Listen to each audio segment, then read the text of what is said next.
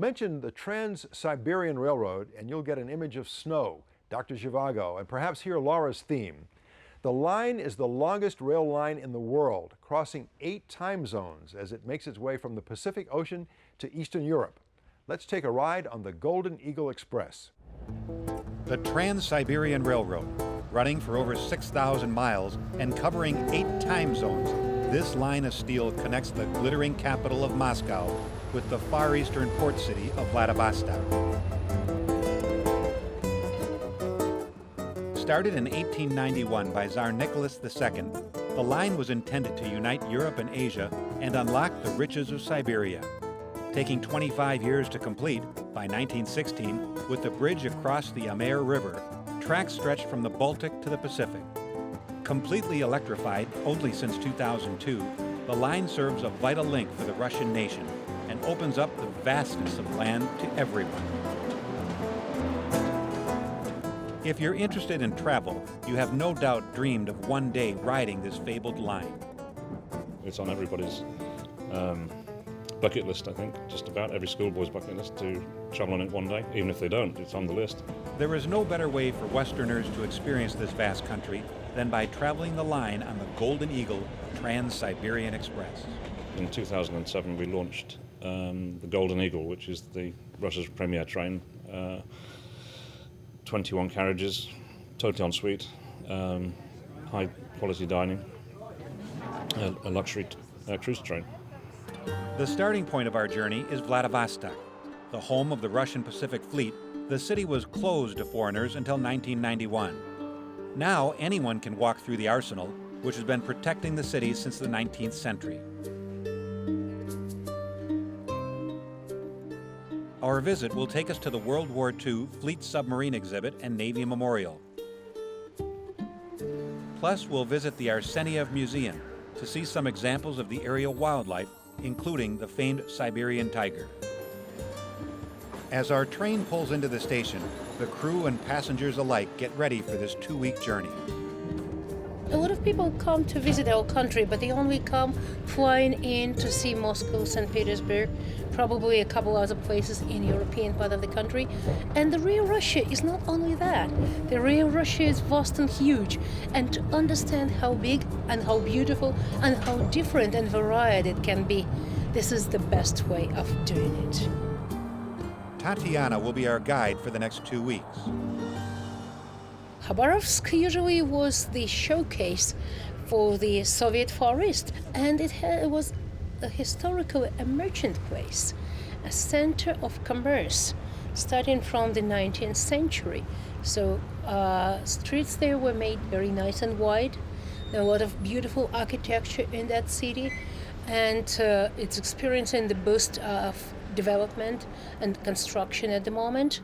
And also you will see the beautiful Amur River, the widest river that the Trans-Siberian crosses, and we will cross the Amur there in Khabarovsk by the longest bridge on the whole Trans-Siberian, the bridge that is about 2.5 kilometers long. We are only going to spend half a day in one other city, and we're going to visit the national park that's located in about 50 kilometers from the city. The national park called Tarauch that will provide you with the most amazing, beautiful scenery of the countryside Mongolia. That's the real Mongolia, not the city, but the very beautiful landscapes and families of herders living in the girths in their traditional lifestyle. Before we head west, we'll stop in a village close to Ulan-Ude, the capital of Eurasia. We are in Tarabogatai village, that is the center of Old Believers culture. The population of the city is about 5,000 people, and mostly Old Believers live here. Here we can see one church that was built on the money of the locals, as well as the museum with the items of everyday life of the Old Believers. Apart from it, we can see traditional houses with the people who are ready to welcome us here and show how they live and how they used to live.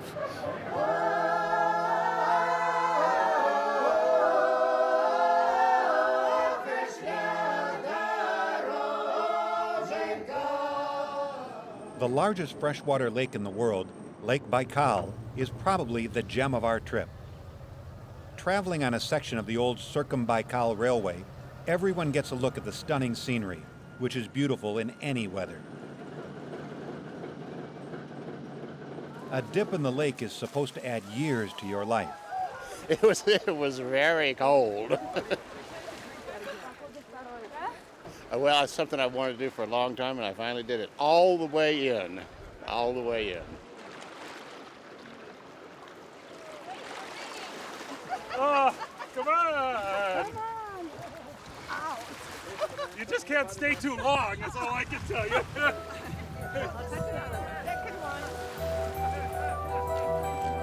Our next stop is Irkutsk, the city that's used to be the capital of Siberia for a very long time. Relatively small, but quite old, 350 years.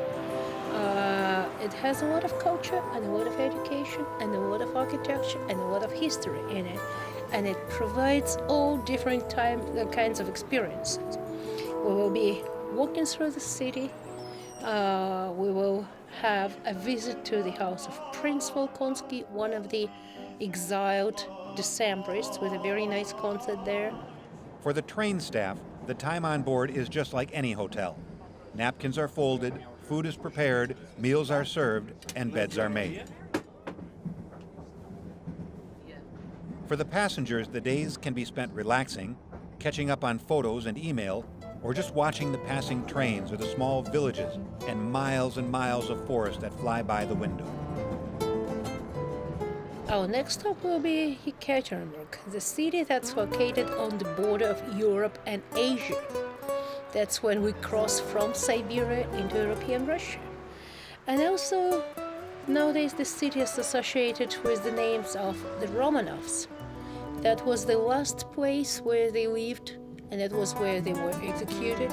We're going to make a stop by the big cathedral on the Blood, constructed in their memory and in the memory of everybody who died during the Civil War. Kazan is an ancient city which recently celebrated its 1000th year. A mix of Orthodox and Tatar cultures, it sits astride the Volga River. For Russians, the city has a special meaning. It is home to the famous Russian singer Fyodor Shalapin. Some of his repertoire is presented at a special concert. And we terminate our journey in the capital of Russia, in Moscow. That's the most cosmopolitan and the most fast-developing, the most hectic, but the most interesting and thriving city in the whole country. City that has a lot of history, a lot of culture, and a lot of most interesting and beautiful places to see. What do our fellow travelers have to say? We've enjoyed it. I think it's been very good. The food's been nice. The countryside has been lovely to see, and I think the tour's been well conducted. We have a world map at home on the back hall wall, and it has pins where we've been, and I kept saying, look at this whole big part of the world, no pins. We need to go there. I like very much. I must say, I've been to Siberia before, but this has been absolutely fabulous trip. Do it. It's the only thing I can say because it's just been so good. Forget about the cost, anything like that. I think it's just been a wonderful experience. The Golden Eagle Trans-Siberian Express did indeed show us the vastness of Russia, a new and fascinating part of the world, and it did so in style.